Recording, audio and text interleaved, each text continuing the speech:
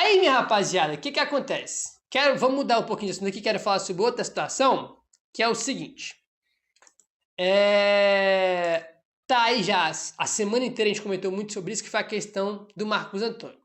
Agora sai informação aqui que eu confesso que não estou entendendo absolutamente mais nada. Vários portais, jornalistas falando sobre aquela questão daquele acordo de preferência que o São Paulo está fazendo com o Flamengo tem a preferência de compra do Marcos Antônio aí no futuro.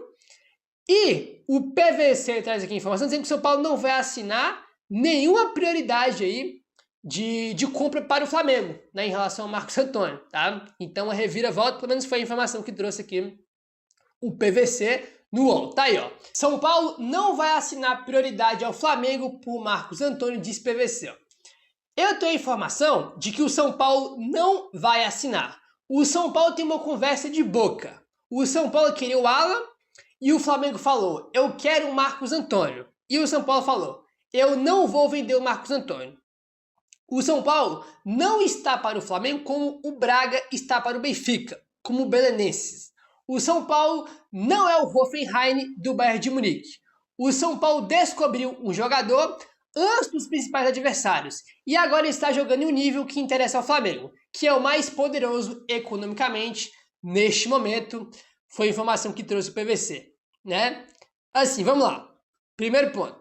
Ele diz aqui que tem uma conversa de boca, né? Tipo assim, boca, né? O São Paulo quer o Alan, o Flamengo, eu quero o Marcos Antônio. O São Paulo não quer vender o Marcos Antônio. Na questão do Alan, acho que a gente já pode descartar, porque essa informação é que ele tá muito bem encaminhado para ir pro Corinthians. Vai pro Corinthians aí.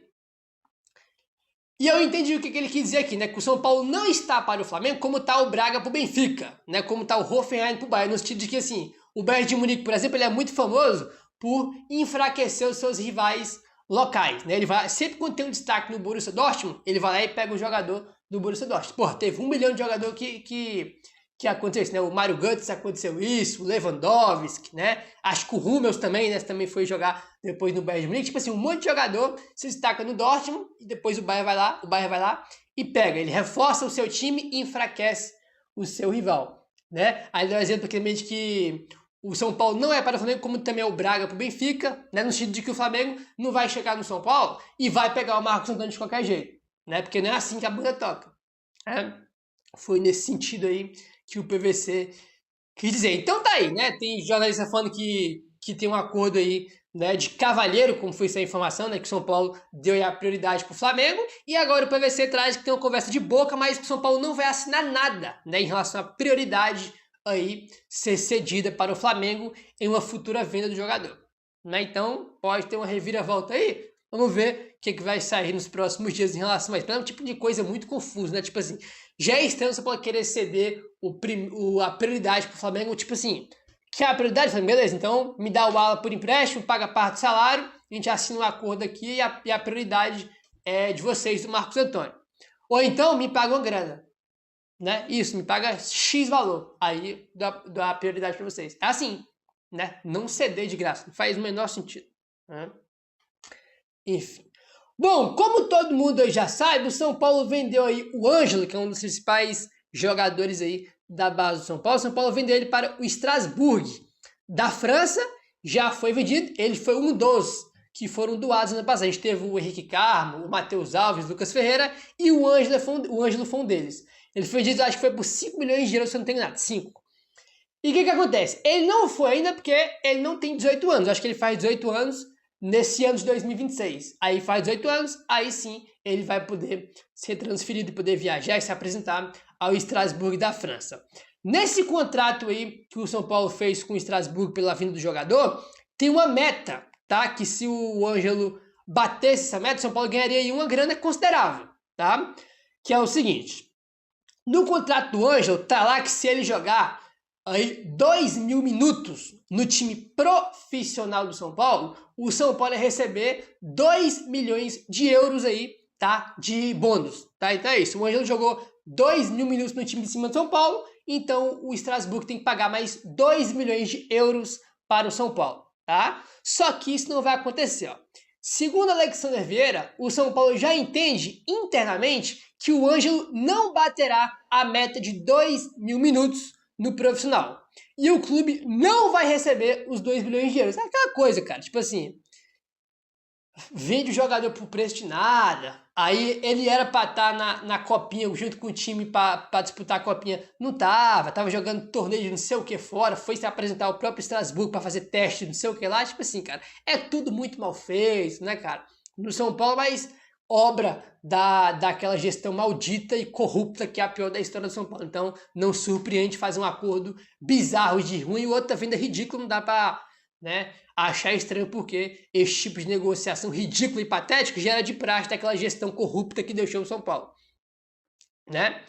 O atleta vai ficar no sub-20 quando voltar de férias, tá? E depois ele vai ter outro período de treino na França durante o ano. Isso aqui é brincadeira de mau gosto, cara. O moleque, em vez de jogar Copa, ele tava fazendo período de treino na França. Tipo assim, é um negócio inacreditável. Ele poderia estar muito bem jogando na Copinha, se desenvolvendo, jogando bem. E quem sabe, se num dos destaques da Copinha, jogar no time de cima. E jogando no time de cima, poderia render o São Paulo esses 2 milhões de euros. Coisa que não vai acontecer porque ele não vai jogar no time de cima, né? Impressionante como é que tudo é muito errado. Tudo. Vamos lá para a coletiva do técnico Hernan Crespo. Vamos lá. Ó. Abre aspas aí para o Crespo sobre o jogo de ontem. Estávamos bem. Foi mais um desgaste muito grande, pois estávamos criando muito. 2 criativos como Ferreirinha e Lucas, que fizeram 30 minutos bons, mas depois sentiram desgaste. Acho um pecado colocar Lucas e Ferreirinha, né, na mesma frase aí, porque o Lucas jogou muito mais que Ferreirinha, tem nem comparação. Quando eles sentiram, tivemos dificuldades defensivas. Na hora de correr para recuperar, chegamos mais tarde e o campo ficou grande. Eles, o Primavera, tomaram coragem. Tentamos controlar, mas acabou não acontecendo nada grave. É normal. Mudamos no segundo tempo para ter mais criatividade entre linhas. Eles encontraram o gol e depois ficou tudo épico. Chuva, as mudanças, a torcida ficou feliz, pois foi um espetáculo bonito, mas sofrido, muito sofrido, fecha aspas, para o técnico Hernan Crespo, né? Assim, os primeiros 10 minutos ali, o Ferreirinha até, né, começou bem, mas depois foi um terror, né? Tipo assim, negócio assim, inacreditável o quanto ele foi mal depois, né, cara? Tipo assim, bem mal mesmo, tá? Outro trechinho aqui que ele fala sobre alguns jogadores individualmente. Abre aspas. As coisas podem ir bem ou mal, mas com essa vontade a torcida fica feliz. Talvez em outros momentos, em situações assim, começa-se a ter pensamentos negativos. Eu fico feliz pelo Lucas, muito feliz. Ele precisava de uma noite assim. Fico muito feliz pelo Caleri também. E o Luciano é o Luciano. Quando entra, ele muda tudo. Fecha aspas para o Crespo. Caleri entrou muito bem, o Luciano também entrou muito bem. O Luciano ele participa do primeiro gol, né, aquele que dá o lançamento para o Caleri cruza para a área. E o Luciano ali ele sofre o pênalti, né? E consequentemente a expulsão do zagueiro do Primavera, né? Mais uma vez o Luciano não fez gol, mas foi super decisivo e participativo na construção da virada do time do São Paulo, né? Então você vê, até quando ele não faz gol ele é decisivo, né? Participou dos 2 gols aí, sofrendo pênalti e tudo mais, né? Enfim,